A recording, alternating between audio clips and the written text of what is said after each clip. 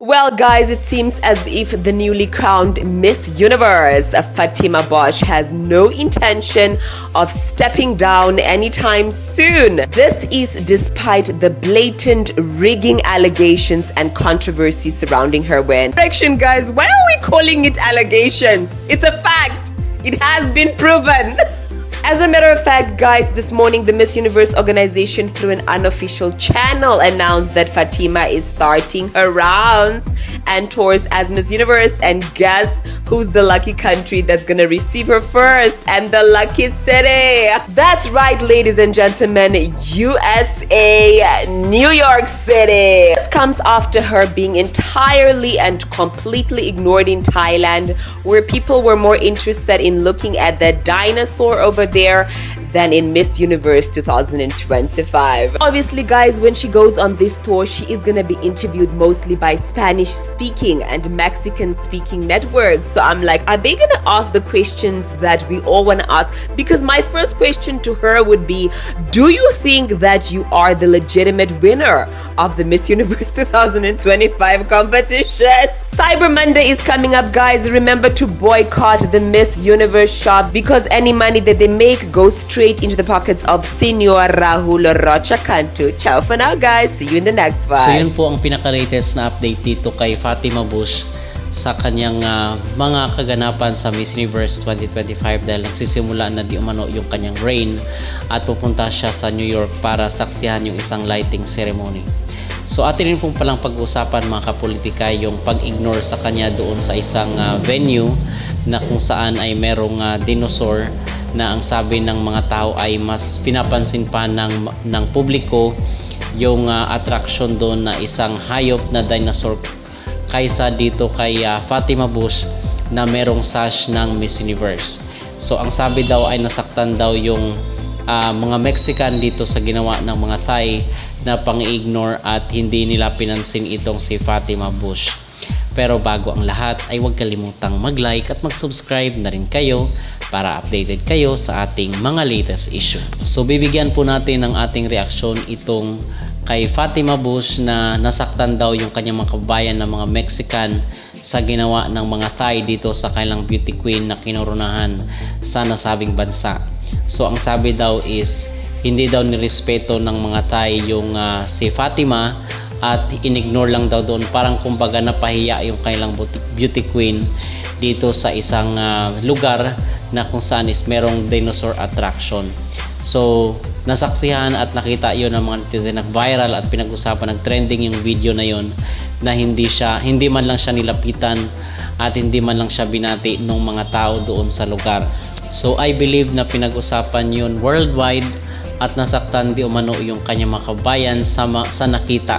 Nalulungkot sila at na-disappoint na bakit ganun hindi ma-recognize ng mga tao at hindi man lang ma-acknowledge yung presensya niya doon sa lugar gayong siya ang Miss Universe 2025. So kulang na lang daw sabihin niya doon sa mga tao sa lugar na siya ang nanalo sa kompetisyon ngayong taon. So ano yung ating mag-reaction at ano po yung ating masasabi dito sa mga nararamdaman daw ngayon ng mga Mexican?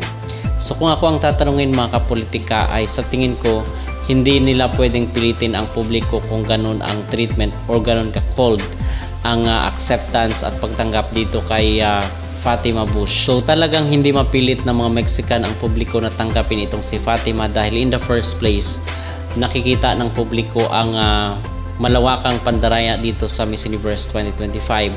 At bakit ba pinipilit ng Miss Universe na lunukin itong ginawa nila dito sa competition para ngayong taon?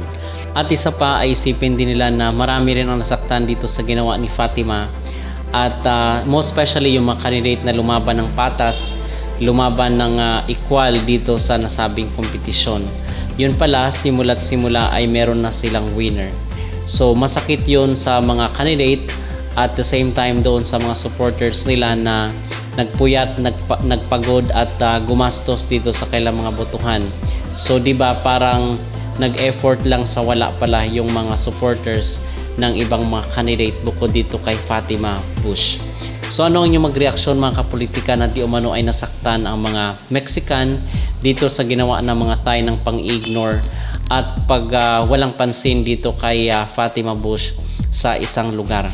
mag-comment down below at huwag kalimutang mag-like at mag-subscribe na rin kayo para updated kayo sa ating mga latest issue. Grabe na to. Mas lalong umiinit ang Miss Universe scandal. Ayaw raw tanggapin ng Miss Universe first runner-up ang corona kahit posibleng ma-dethrone at matanggal si Fatima Bosch. Eto na nga mga be, another shocking twist ang sumabog. Ito'y ayon umano kay Nawat, ang may-ari ng Miss Grand International.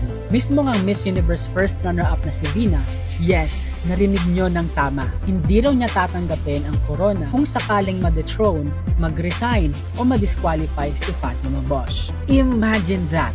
Sa gitna ng mga kontrobersya, fraud at kaliwat ka ng hate reactions kay Fatima, marami tayong umaasa na matanggal ang kanyang titulo. Ang inaakalang next in line, ayaw din daw maging Miss Universe? Grabe na to!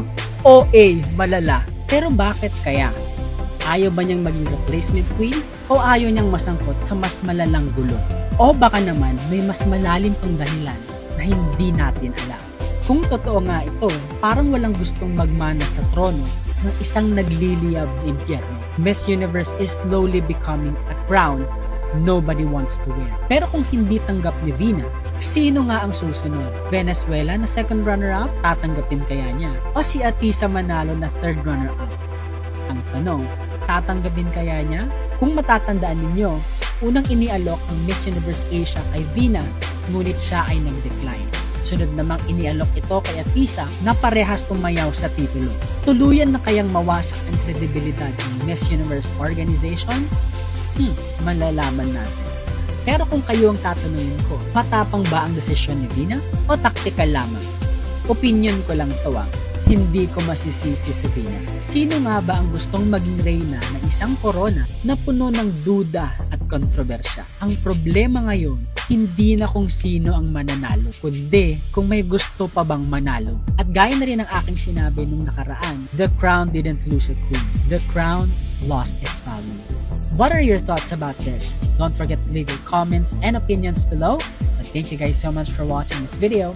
Please follow me for more updates. Bye!